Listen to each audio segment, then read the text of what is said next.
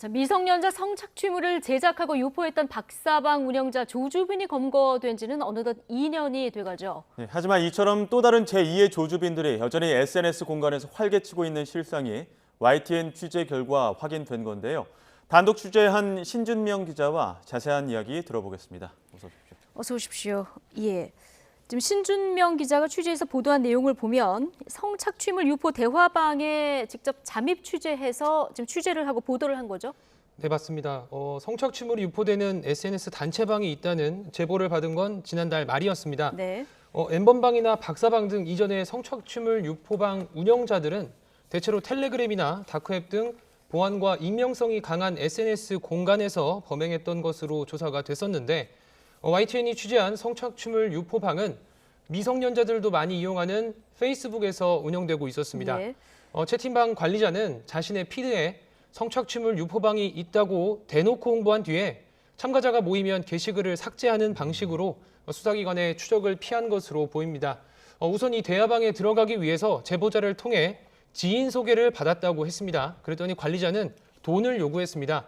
참가자들에게 일종의 입장료를 받은 건데 입장료를 내지 않은 참가자들에겐 방에 무료로 초대하는 조건으로 직접 성착취물을 공유하게 했습니다. 그러니까 일종의 공범으로 만들어서 수사기관에 신고하지 못하게끔 한 것으로 보입니다. 참가자들에게 텔레그램 등 다른 SNS에서 더 수위가 높은 성착취물을 공유하는 이른바 VIP이라고 하죠. 이런 방을 곧 만들 거라고도 통보했습니다. 조주빈의 박사방과 굉장히 유사한 운영 방식입니다. 이렇게 직접 확인한 증거 없이는 기사화는 물론 경찰에 신고하는 것도 어렵다고 판단했기 때문에 YTN 사회 일부 차원에서 논의한 뒤 잠입 취재를 결정했습니다. 실제로 대화방에 들어가서 대화 내용들을 보고 잠입 취재한 결과 이 대화방에서 어떤 일들이 벌어지고 있었던 겁니까? 네, 우선 해당 대화방의 참가자는 40명에서 50명 사이였습니다. 관리자뿐만 아니라 참가자들이 직접 나서서 유포하는 불법 음란물과 성착취물이 하루에도 수십 건, 많게는 100건이 넘었습니다. 예. 놀랐던 건 한 여성의 나체 사진과 함께 해당 여성의 이름과 휴대전화 번호까지 적힌 게시물이 올라오기도 했는데 예. 참가자들은 사진 속 여성의 외모를 평가하고 음담 패설을 늘어놓는 것을 넘어서 여성이 황급히 전화를 끊는다는 등 장난전화 후기를 공유하면서 2차 가해를 일삼기도 했습니다. 또 해당 대화방에서는 해외에 서버를 둔 웹하드 링크도 수시로 공유되고 있었습니다. 이런 링크가 한두 개가 아니었고 저작물이 1TB에 달하는 웹하드 링크도 있었습니다. YTN 취재진이 직접 확인한 링크에는 용량만으로는 750GB, 개수로는 6만 6천 개가 넘는 사진과 영상이 있었습니다. 예. 이 안에는 누가 봐도 미성년자라고밖에 볼 수 없는 앳된 모습의 여성들이 성착취를 당하는 영상들이 최소 수백 개 이상 있었습니다. 지금 들어보면 N번방, 박사방과 뭐 똑같은 그런 방법인데요. 이 사태 이후 사실 이를 근절하겠다고 N번방 방지법도 만들었고 지난달부터 시행도 되는 이런 상황 아니겠습니까? 그런데 지금 뭐 사전 검열 논란까지 불거질 정도로 굉장히 강도 높은 제재 방안이다 이렇게 얘기도 나왔었는데 이 법으로 단속할 수 있는 건 불가능한 겁니까? 네, 그렇습니다. 이른바 N번방 방지법이라고 하는 전기통신사업법과 정보통신망법 개정안은 지난달 10일 시행됐습니다. 하지만 이 법으로는 해당 채팅방에서 이루어지는 음란물 공유를 사전에 차단할 수가 없습니다. 예.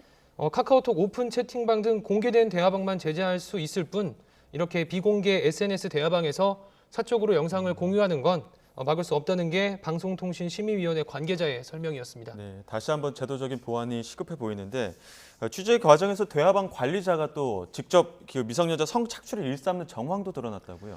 네, 그렇습니다. 관리자는 저한테 돈을 내면 10대 미성년자 여성을 소개해주겠다고 제안하기도 했습니다. 관리자는 이 여성들이 자신의 노예라면서 시키는 건 다 한다고 했습니다. 신상유포가 두려운 미성년자 여성들을 협박하고 성착취물을 계속해서 제작해온 정황이 보이는 건데요.